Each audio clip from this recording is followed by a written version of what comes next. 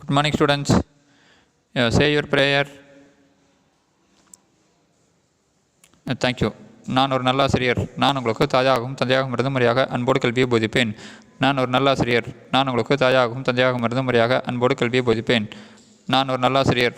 நான் உங்களுக்கு தாயாகவும் தந்தையாகவும் இருந்த முறையாக அன்போடு கல்வியை போதிப்பேன். Okay, students, take your social science book and take page number 92. So we started with 7th unit. So state and society in medieval India, from the Cholas to the Mughals.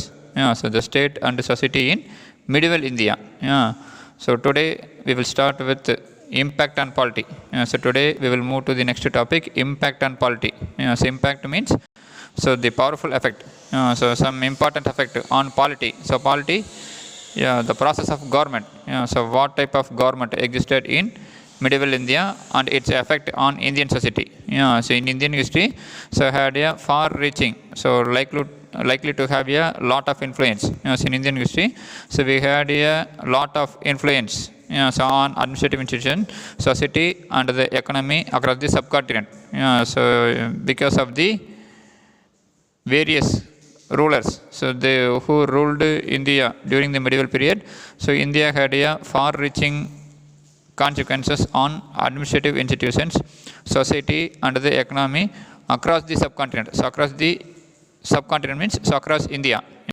So had a far-reaching. So far-reaching means so likely to have a lot of influence. So consequences, so as a result of something. So because of the invasion of Islam and other foreigners, so Indian polity had some changes. So not only in the administrative institutions but also in its society and economy. So there are a lot of changes. So because of the foreign invasions, especially from the European countries, and before that because of the Muslim invasions, there are a lot of change in the administrative structure and also in the society and also in the economy. We will discuss the impact on polity in this class. Okay, ma?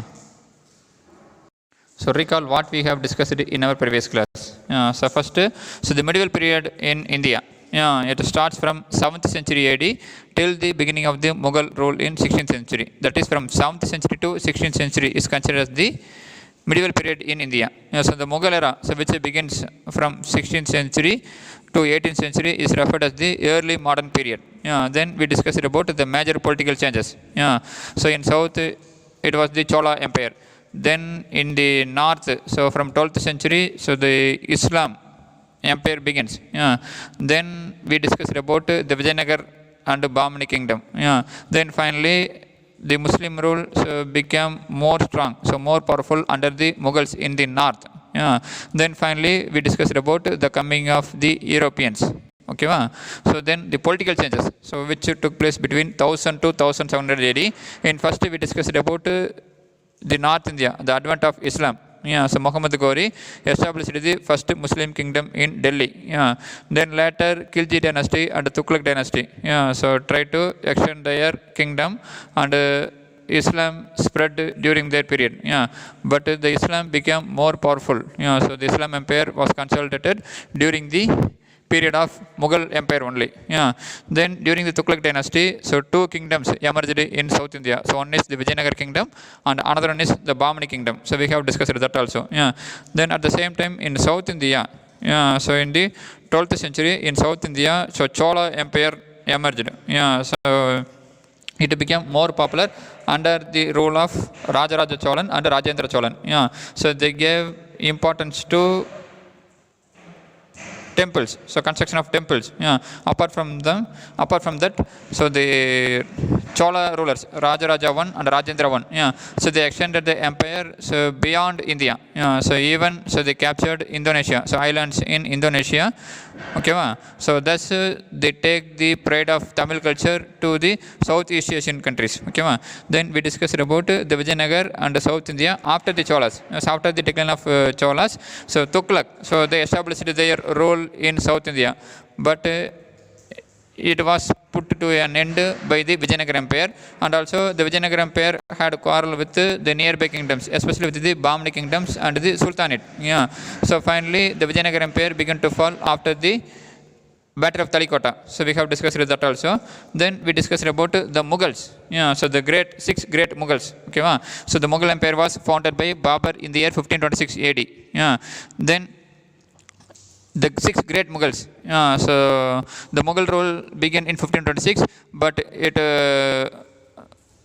virtually existed till 1857. Okay, so the six great Mughals. So the last great Mughal ruler was Aurangzeb. So after Aurangzeb, the Mughal Empire began to disintegrate. Then during the period of Aurangzeb, so there was a great Maratha leader emerged. He was Chhatrapati Shivaji. So we have discussed a little bit about him. Then finally discussed about the arrival of the Europeans. So the Portuguese were the first Europeans to find a new sea route to India. So Vasco da Gama so landed on Kerala coast on 1498. So following Vasco da Gama, that is following Portuguese, say other Europeans, say especially Dutch, English, then French, so came to India. Okay, so these things only we have discussed in our previous class. So then finally we discussed that the Europeans had their settlements mostly in South India.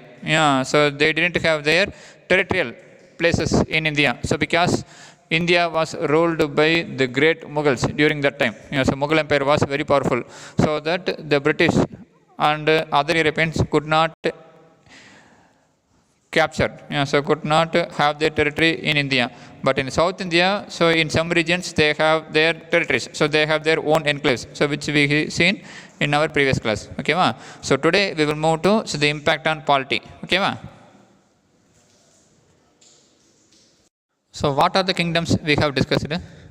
Yeah, the Chola kingdom, then Islam, then Vijayanagara Empire. Okay, so these things only. So in their period, so what are the changes seen in polity? So we will see. So first the Chola period. So the Chola period was an enterprising period. So enterprising means so having or showing the ability to think of new project or new way of doing things and make them successful. Yes, enterprising means having or showing the ability to think a new project or new way of doing things and make them successful. So that is having interest. So having interest in doing new things and make them successful. So the Chola period was an enterprising period when trade and the economy expanded, accompanied by urbanization. So the Chola period was an enterprising period. So during the Chola period only, so there was a expansion of trade and economy, so along with urbanization. So urbanization means so many cities emerged. So many new cities emerged. So urbanization means nothing but if the people involved in non-agricultural practices means then it is called as urbanization. So because of the trade activities, so many cities emerged. The administrative machinery was reorganized during the Chola rule. So the administrative structure was reorganized during the Chola rule. So the basic unit of local administration was the village or ur, followed by the sub-region, nadu, and district, that is kotam. Okay, so the basic unit of local administration in the Chola period was the village, that is ur, followed by the sub-region, nadu, and district, kotam. Okay, so the Chola period was an enterprising period when trade and economy expanded, accompanied by urbanization. So the administrative machinery was reorganized during the Chola rule. So the basic unit of local administration was the village, followed by the sub-region, nadu, and district, kotam. So tax-free villages were granted to Brahmins. So the tax-free villages were called as Brahmadeya. So the tax-free villages granted to Brahmins were known as Brahmadeya. So the Chola period was an enterprising period. So new thing, so new type of administration was introduced. So because of the expansion of trade and economy, along with the urbanization. So the administrative machinery was reorganized during the Chola rule. So the basic unit of local administration was the village. So administration means the process of organizing the way that something is done. So the process of organizing the way that something is done. So the basic unit of local administration was the village, that is ur, followed by the sub-region, nadu, and district, kotam. So the tax-free villages granted to Brahmins were known as Brahmadeya. Marketing centers and towns were known as Nagaram. So marketing centers and towns. So because of the expansion of trade, so there were marketing centers and towns. So they were called as Nagaram. The Ur, Nadu, Brahmadeya, and Nagaram. Yeah, so Ur, so that is the local administration village. Yeah. Then the sub-region Nadu. Then Brahmadeya, so the tax-free villages granted to Brahmins. Then Nagaram, so the marketing centers. Yeah. So they had its own assembly. So each administrative unit had its own assembly. So they were responsible for the maintenance and management of the water resources and land. Yeah, so the assemblies of Ur, Nadu, Brahmadeya and Nagaram. Yeah, so they were responsible for the maintenance and management of the local resources and land, the local temples, and they resolves the local issues and disputes. So these assemblies, so they solve the local issues and disputes, and they collect the taxes due to the government. So apart from solving the local problems and maintaining and managing the water resources, they collect tax also. Okay, so the marketing centers and the towns were known as Nagaram. The Ur, Nadu, Brahmadeya and Nagaram each had its own assembly. They were responsible for the maintenance and management of the water resources and land, the local temples, resolving local issues and disputes, and for collecting the taxes due to the government. So they collect taxes to the government. So the Cholas' notable feature was the great increase in the construction of temples. So they gave importance to temple construction. Yeah. So this had two dimensions. So dimension, an aspect or way of looking at or thinking about something. Yeah. So the temple construction of Cholas had two dimensions. So two way of thinking. So there are two distinct characters. So one is new temples were constructed and existing temples became multifunctional social and economic institutions. So the Chola's notable feature was the great increase in the construction of temples. So this had two dimensions. One is they constructed new temple, and another one is the existing temples became multifunctional in operation. So multifunctional social and economic institution. So the construction of great temples also was a reflection of the growing prosperity in the kingdom. So the construction of great temple was a reflection. So it shows that the prosperity of the kingdom was growing. Since the activity involved great expenditure. So they spend a lot of money. They spend a lot of effort for the construction of the temple. It shows their prosperity. So that's why the Cholas were very interested in constructing a temple. So the temple was no longer a mere place of worship. So the temple was not only a place of worship, but it became an important economic entity as an employer, consumer and landowner. So the temple was not only a mere place of worship, but it became an important economic entity. So entity means something that exists separately from other things and has its own identity. So the temple had its own identity, own economic identity. So not only it is a place of worship, so it had its own economic identity. It provides job to many people, so as an employer and as a consumer and landowner. So the Chola's notable feature was the great increase in the construction of temples. So this had two dimensions, two aspects. So one is new temples were constructed, and another one is existing temples became multifunctional social and economic institutions. So why the Cholas constructed temples? Because it was a reflection of the growing prosperity in the kingdom. So it shows the prosperity of the kingdom. And also this activity, so the construction of temple involve great expenditure. So it involves great effort of money, so great effort of things. So the Cholas, so they are interested in constructing temples. So the temple was no longer a mere place of worship. So not only it is a place of worship, but it became an important economic entity, so as an employer, consumer and landowner. So in the south, the Chola period was an enterprising period. So along with the trade and economy, urbanization was also seen. Okay, so the basic unit of local administration was the village. Then the villages, the tax-free villages granted to Brahmins were called as Brahmadeya. So the marketing centers were known as Nagaram. So apart from this, so the Ur, Nadu, Brahmadeya, Nagaram had its own assembly. Then the most important feature of the Cholas was the construction of temples. Then what happened in North India? So the establishment of Islamic rule in Delhi made a big impact on Indian society. So the establishment of Islamic rule in Delhi by Muhammad of Ghori in 12th century made a great impact on Indian society. Initially, Islam did not cause any social tension. Initially, Islam did not cause any social tension. Arab merchants, so Arab traders, for instance, when they came and settled on Kerala coast, married local women and led a peaceful life.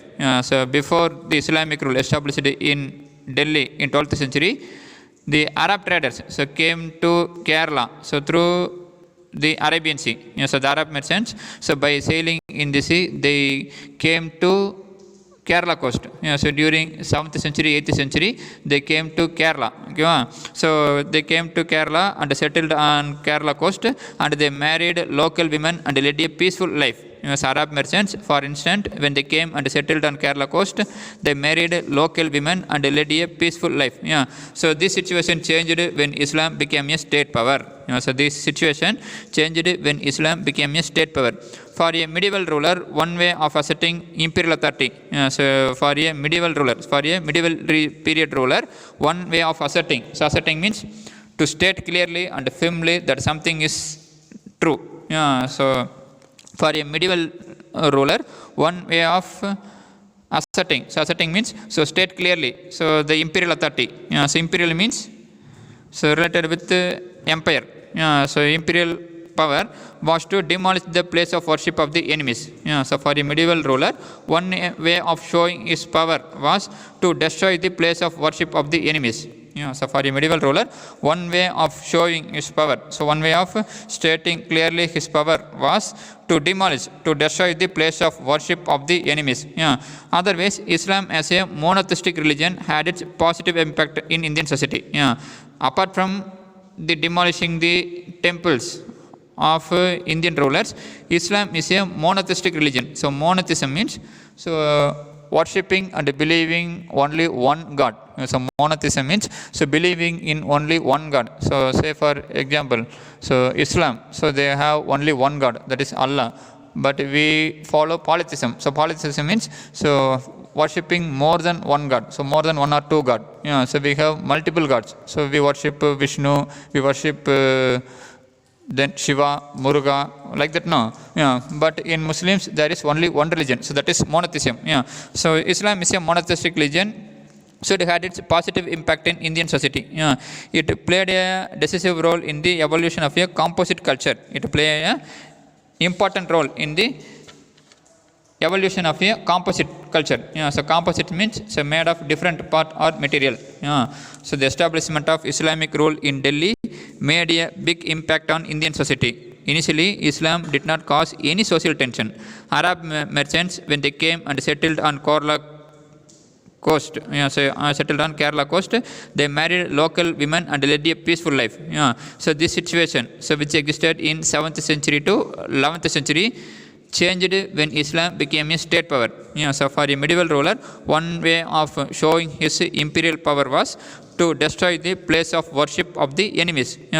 Otherwise, Islam is a monotheistic religion, had its positive impact on Indian society. It played a decisive role in the evolution of a composite culture.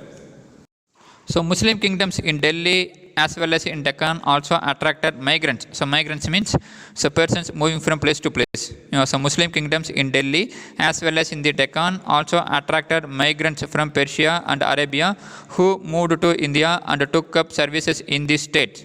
And many became important and well-known statesmen. So Muslim kingdoms in Delhi as well as in the Deccan also attracted migrants from Persia and Arabia, and they moved to India and they took up services in these kingdoms, that is in Muslim kingdoms in Delhi and Deccan, and some of them became important and well-known statesmen. This also opened up Indian society to steady interaction with West Asia, resulting in the transfer of cultural and technical influences. So because of this migrants, so there was an interaction between Indian society with West Asia, which result in the transfer of culture and technical influences. So Muslim merchants and craftsmen also migrated from the north of India to the south in the wake of military expeditions. So Muslim merchants and craftsmen, so they came to South India from North India in the wake of military expedition. So the Muslim rulers, so first they invaded North India and they established their power in North India. Later, they invade South India also. So during their military expeditions, so the merchants and the craftsmen, so they also came along with these rulers. Yeah. So society became more heterogeneous and hybrid in character. So heterogeneous means consisting of many different kinds of people or thing. So society became more heterogeneous. So now the society consists of many kinds of people. So and it became hybrid in nature. So hybrid means good quality. So in nature, a new composite culture evolved. So a new culture evolved. So because of the migrants, so who came from Persia and Arabia. Initially, they settled in North India. Then later, so because of the military expedition of the Muslims, these Arab and Persian traders, they came to South India also. So because of their arrival, so there was a change in the culture. There was a change in the society. So this could be seen most vividly in the Deccan Sultanate of Bijapur and Golconda, whose rulers were extremely broad-minded and secular in outlook. So a new composite culture evolved. So the culture, so which adjusted with all kind of people. So composite culture, here we can say, so the culture which gave chance, so which have a friendly relationship with all people. So if the people have friendly relationship with all means, then it is called as a composite culture. So this could be seen in the Deccan Sultanate of Bijapur and Golconda. So they are broad-minded, and they are secular in outlook. That means they treated all the religious people equally. A notable development. So a notable development was the provision. So provision means a very large quantity of something. So a notable development was the provision of the contemporary historical account of the Muslim Sultanate by Arab and Persian historians. So along with the Muslim Sultanates, there were historians. There were Arab and Persian historians. So who gave a lot of historical accounts. So a notable development was the provision of contemporary. So contemporary means so they live in the same period. So along with the Muslim Sultanate, some historians, so they also came to India, and they have their historical accounts. So like Al-Biruni, Ibn Battuta and Farishta. So they were best known Muslim historians. So these historians provide valuable information about the rulers and event of the medieval period. So Al-Biruni, Ibn Battuta and Farishta, so were some of the best known Muslim historians. So they provide valuable information about the rulers and event of the medieval period. They also provide an alternate historical point of view of Islamic rule in India as seen through the eyes of Muslim writers. So they are Muslims. So we can see the view. So we can view the Islamic rule in India through these writers. So they also provide an alternate historical point of view of Islamic rule in India as seen through the eyes of Muslim writers. So through the Muslim writers, through the eyes of Muslim writers, so what type of Islamic rule was established in India? So we can understand from their writings. The establishment of the Vijayanagar Empire. So in south, in the 12th century, 13th century, it was the Chola Empire. So was at its peak. Then in North India, it was the Delhi Sultans. Then later in South India, so the Vijayanagar Empire was established. So the establishment of the Vijayanagar Empire changed the administrative and social institutional structure of South India, especially in the Tamil country. So the Vijayanagar Empire so changed the administrative and social institutional structure introduced by Cholas. So perhaps because the new kingdom was threatened from the beginning by the hostility of the Bahmani Sultanate in the north, Vijayanagar evolved as a militaristic state. So Vijayanagar, so they gave importance to military. So militaristic state means so belief that country should have great military strength in order to be powerful. So because the Vijayanagar Empire so had its threat from the Bahmani Sultans. So Vijayanagar Empire, so it was a religious kingdom, so that is they supported the Hindus. But Bahmani kingdom, so it was established by so the sultans. It was established by the Muslim rulers. So naturally, the Vijayanagar Empire had its threat from Bahmani kingdom. So the Vijayanagar Empire evolved as a militaristic state. So they gave importance to military. So this empire needed two kind of resources to feed its military establishment. So Vijayanagar Empire needed two kind of resources. So one is revenue and another one is men. So for the revenue, so for buying weapons, for using the weapons, they need revenue. And men, so they need soldiers. So they gave importance to the two resources. One is revenue and men.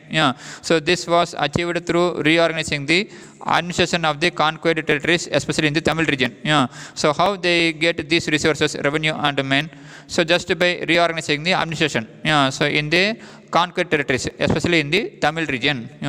So the establishment of the Vijayanagara Empire changed the administrative and the social institution structure of the South India, especially in the Tamil country. Perhaps, so because the new kingdom was threatened from the beginning by the hostility. So hostility means act of fighting war. So they always had war with the Bahmani Sultanate in the north, that is in the Deccan region. So Vijayanagar evolved as a militaristic state. So this empire needed two kind of resources to feed its military establishment. So to feed it military establishment. So to feed means, so giving what they need. So revenue and men. So this was achieved through reorganizing, so changing the administration of the conquered territories, especially in the Tamil region. Military officers were known as Nayakas, were appointed as the chiefs of various localities in Tamil Nadu and received land grant from the emperor. So the Vijayanagar rulers appointed military officers. So they were called as Nayaks. So Nayakar. Okay, so the Vijayanagar rulers appointed military officers as the chief of various localities in Tamil Nadu. So they appointed Nayakars as the military chief in Tamil Nadu. And these Nayakas received land grant from the emperor. There were also lesser military leaders. So apart from the Nayakars, so who were the chief of local areas, there were lesser military leaders known as Palayakarar, who essentially supplied the manpower for the army. So the Palayakarar supplied the manpower for the army. So the higher officer, it was the Vijayanagar ruler. So the Vijayanagar ruler so divided his kingdom and appointed the military officers, so known as Nayakas in Tamil Nadu. The Nayakas further divided his region into Palayam and placed a military leader, so lesser military leader, who were called as Palayakarar.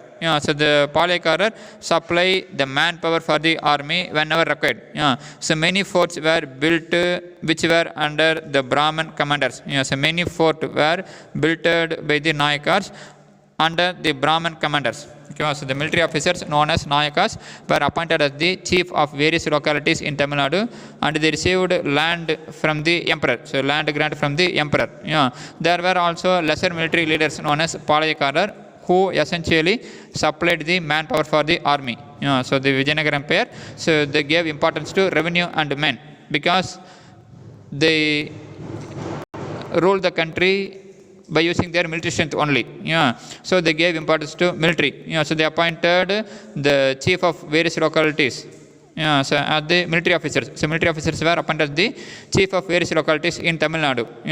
So the military officers, Nayakars, so further appointed the lesser military leaders known as Palayakarar. So they supplied the manpower for the army. So three major Nayaka kingdoms, owing to the alliance to the Vijayanagar Empire, came up between 1500 and 1550 AD. So three major Nayaka kingdoms, apart from the Vijayanagar control, so came up. So three major Nayar kingdoms, owing to the allegiance of the Vijayanagar Emperor, came up between 1500 to 1550 AD. So that is Madurai, Tanjavur and Jinji, that is Senji Nayakar. Okay, so these Nayakars had formal roles in court ceremonials at Vijayanagar. So these Nayakas had formal roles in court ceremonials in Vijayanagar. So this became the new political order in Tamil Nadu during the 16th century. So the rule of Nayakas became a new political order in Tamil Nadu during the 16th century. So the Nayaka chieftains as well as the Nayaka kings were all strong supporters of Hindu temples. So the Nayaka chieftains and also the three Nayaka kings, that is Madurai, Tanjavur, Jinji. So they were the strong supporter of Hindu temples. So the three capitals became the great cultural centers under the patronage, under the support of the Nayaka rulers who promoted literature and performing arts. So the three major Nayaka kingdoms, owing to the allegiance of the Vijayanagar Emperor. So they were under Vijayanagar Emperor. So came up between 1500 to 1550 AD. Madurai, Tanjavur and Jinji. These Nayakas had a formal role in court ceremonial at Vijayanagar. So at Vijayanagar court ceremonial, so these Nayakas had a important role. So this became the new political order in Tamil Nadu during the 16th century. The Nayaka chieftains as well as the three Nayaka kings were all the strong supporters of Hindu temples. So the three capitals, that is Madurai, Tanjavur and Senji, so became great cultural centers under the patronage of the Nayaka rulers who promoted literature and they performed arts. Resources released from the land were transferred to the empire by the Nayakas not as a tax revenue but as tribute. So resources got from the land were transferred to the empire by the Nayakas not only as a tax revenue but as a tribute. So tribute means an act, statement or gift intended to show gratitude, respect or admiration. So a gift, so in order to show their respect. So resources realized from the land were transferred to the empire. So Nayakas collect taxes from the local chieftains and they transferred it to the empire. So transferred to the Vijayanagar Empire not only as a tax but as a tribute. So thus the resources of the resources. Then again come to North India. So first what are the political changes that took place in the Chola period, then followed by the Islamic period, then Vijayanagar. So we have discussed it. Now the Mughal Empire. So the Mughal Empire transformed the economy and society of North India. The empire was consolidated. So the empire was made strong under Akbar through his policy of co-opting the Hindu Rajput rulers under the umbrella of Mughal rule. So the Mughal Empire was strong. So the Mughal Empire was made strong by Akbar, so through his religious policy. So he had a cordial relationship with the Rajput rulers. So he kept the Rajput rulers under the umbrella of Mughal rule. At the height of its power, the Mughal Empire was one of the largest, richest and most powerful empire in the entire world.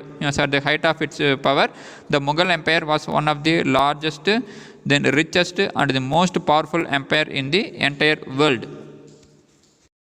But during the period of Aurangzeb, so who was an orthodox Muslim, so he had not a friendly relationship with the Rajput rulers and Hindu subject. So and he had a very big empire.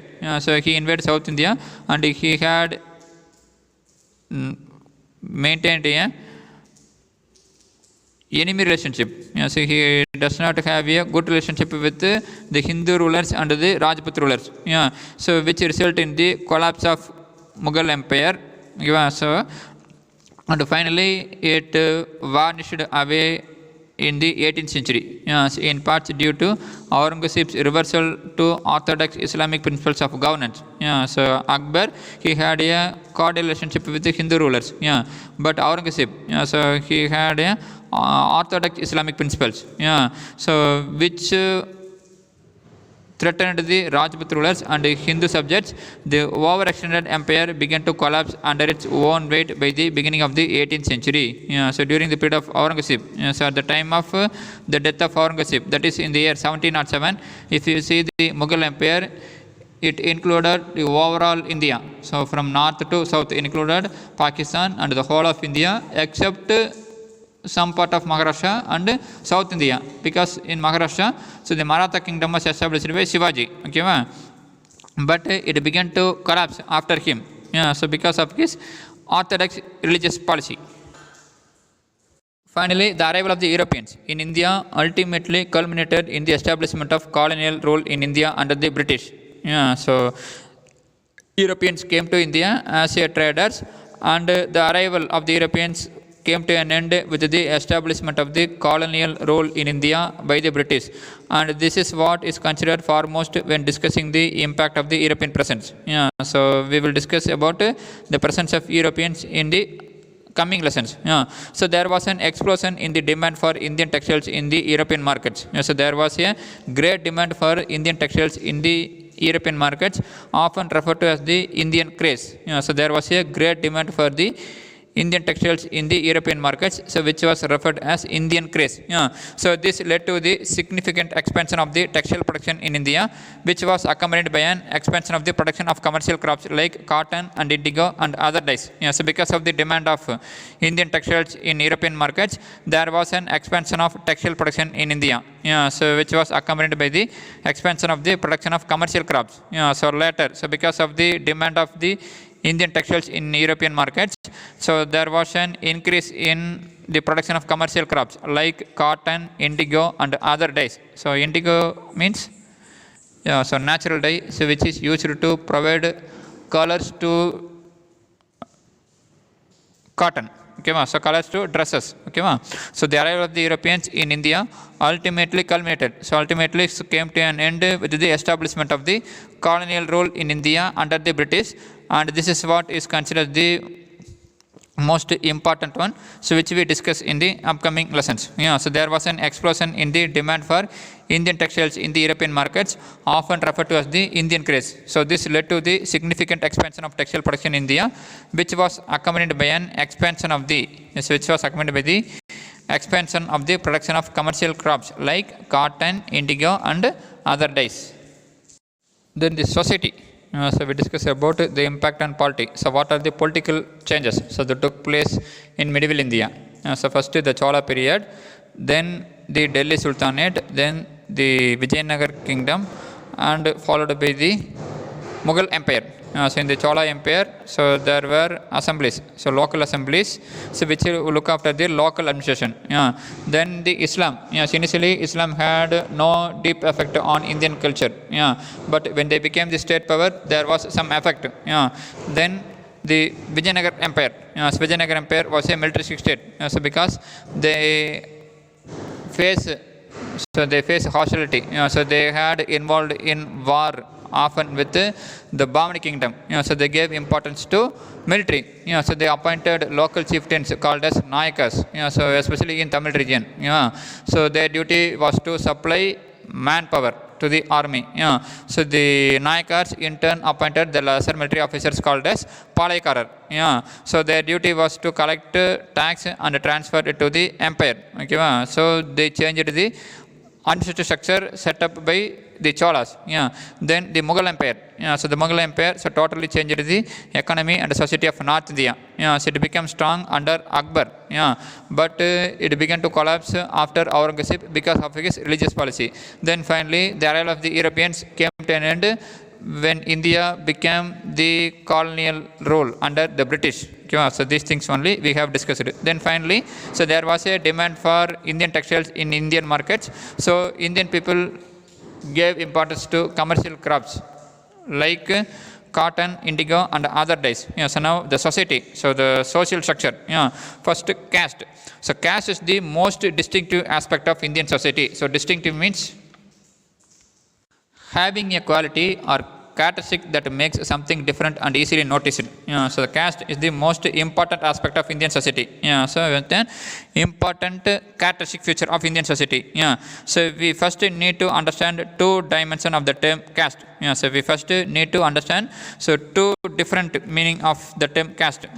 First, the fourfold division of society as specified in the religious text referred to as Varna. So initially, so there were four type of caste system. So in Hinduism, so initially there were four type of caste system, so which was mentioned in the religious text. So you can see in this picture, and which you have learned in your lower classes. So that is the Brahmins, Kshatriyas, then Vaishyas and Sutras. Okay, so in India, so there were two dimensions of the term caste. So two aspects of the term caste. So first, the fourfold division of the society, which was mentioned in the religious text. So which was referred to as the Varna system. Then improving the status of their jati was a major preoccupation for all caste groups. So improving the state of their own caste was the major one. It's a major preoccupation for all caste groups. So all the caste people. So they wanted to improve the status of their own caste. So this is particularly evident after the 14th century when the traditional local assemblies which controlled the resources and social interactions began to weak. So this is particularly evident. So every caste so wanted to improve their status. So this can be seen after the 14th century when the traditional local assemblies, so which was appointed during the Chola Empire. So they controlled the resources and the social interactions. So these resources, these assemblies began to weak. In traditional society, many castes were denied various social rights and privileges. So in traditional society, many castes, so they were denied. So denied means they were not allowed. So they were denied of various social rights and privileges. So caste also created a mythical genealogy. So genealogy means, what is meant by genealogy?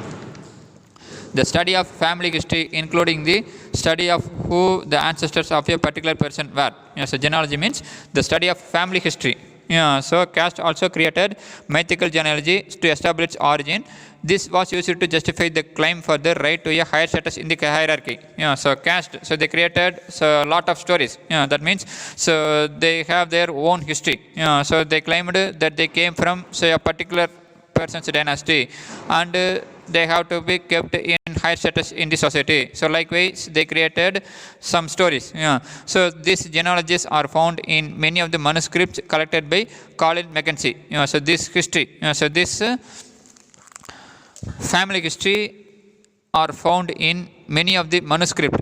So many of the manuscript collected by Colin Mackenzie. So initially there were 4 types of caste system, so which was mentioned in the Varna. But later, so some people so wanted to improve the status of their caste, and they began to create many stories. So which was seen in many manuscripts collected by Colin Mackenzie. Then the religion. So diverse institutions with different ideologies came up with the Bhakti movement during the medieval period. So one of the important, the notable thing in the medieval period was the rise of the Bhakti movement. So in order to preserve the Indian culture, in order to protect the Hindu culture, so there was the emergence of Bhakti movement. So with different ideology. So there were different institutions established by the Bhakti movement persons. So Bhakti movement philosophers. So during the medieval period. Madas and mats. So mat means, so the religious building, so which teach the religious principles. So the place where the religious principles were taught. The places where the religious principles were taught. So that is called as mats. So madas or mats were established under different gurus or religious leaders like Vidyaranya. Then Saiviti movement came up in Tamil Nadu. So like Saiva Siddhanta and Veerasaiva in Karnataka, and in Maharashtra the Vargari Sampradaya of the devotees of Vidobha arose in 14th century. So in the medieval period, so there was a lot of Bhakti movement. She emerged one by one. So like Tamil Saiva Siddhanta, then Veerasaiva in Karnataka, Vargari Sampradaya in Maharashtra, in order to preserve the Hindu culture. So this Bhakti movement, so these institutions were evolved. So Buddhism had faded out in India. So Buddhism had faded out. So faded out means, so disappear gradually. So Buddhism disappear gradually from India. So Jainism also lost its importance in most part of India due to the emergence of Bhakti movement under Shankara and Ramanuja. So Buddhism and Jainism lost its importance in most part of India. So because of the emergence of Bhakti movement under Shankara and Ramanuja. But however, it continued to thrive in parts. So it became an important region. So it became and continue to be successful and strong and healthy. So however, so Buddhism and Jainism continue to be strong in parts of Gujarat and Marwar, especially among the trading communities. So in Gujarat and Marwar, among the trading communities, so Buddhism and Jainism existed. But overall, so it faded out. So it gradually disappears. With regard to Christianity, so another important religion, Christianity. So when Christians came to India, so when was the Christianity came to India? So with regard to Christianity, there were a small number of Christian groups in Kerala claiming their origins to the time of Saint Thomas, the disciple of Jesus. So with regard to Christianity, so some of the Christians in Kerala, so they claimed their origin to the time of Saint Thomas, the disciple of Jesus. Yeah. But Christianity took roots when the Portuguese arrived in Kerala and set themselves in Kerala. Yeah, so in Goa. So with regard to Christianity, so some people in Kerala, so some Christians in Kerala says that they were the descendants of the origins. So they claimed their origins to the time of Saint Thomas, who was the disciple of Jesus. So Jesus Christ have 12 disciples now. Among them, Saint Thomas was one person. So he came to India. He came to the Kerala coast to spread the teachings of Jesus.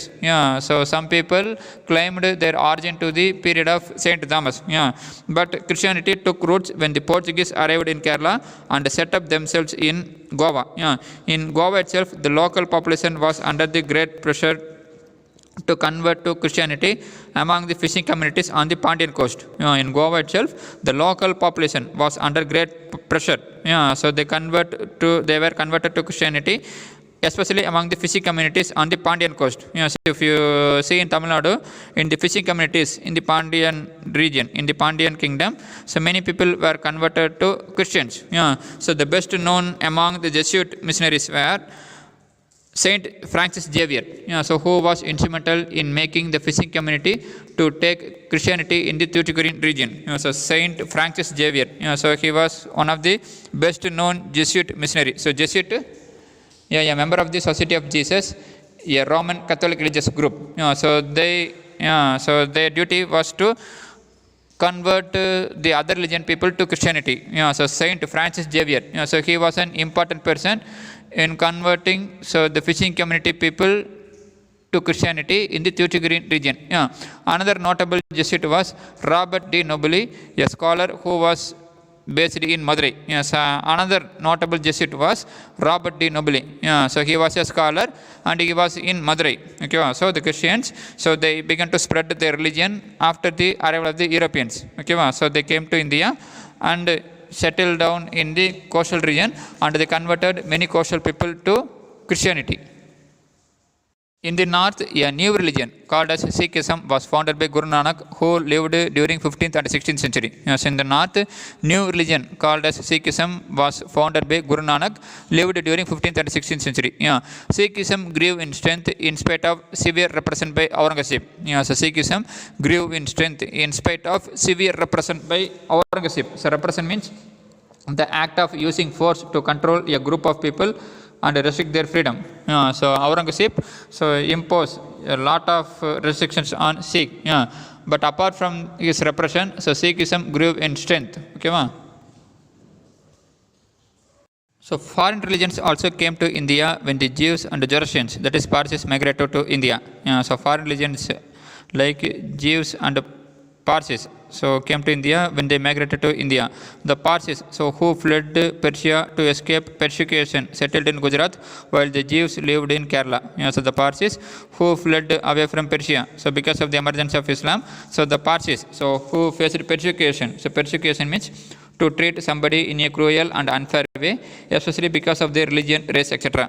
So the Parsis, so they escaped from persecution. So because they face problem from the Islam Empire, so they settled in Gujarat, and the Jews lived in Kerala. So Parsi merchants were among the richest and most prominent in the port of Surat, and subsequently in Bombay under the British. So the Parsis were merchants. The Parsi merchants were among the richest and most important in the port of Surat and in Mumbai under the British. Okay students, so today's class we will discuss about the impact on polity, then society, so caste and religion. So what are the changes that took place in the society and also in the religion. So in ancient India, so in caste there were fourfold division was seen. But later in the medieval period, so many people, so in order to maintain their identity, so created a lot of mythological stories. So this was collected. So these stories, so these manuscripts were collected by Colin Mackenzie. Then in religion, we discussed about the emergence of Bhakti movement and the spread of Christianity. And also the Bhakti movement, so how it preserved, how it protected the Hindu culture. So we have discussed it. If you have any doubt in this class, so please contact me. So take your textbook.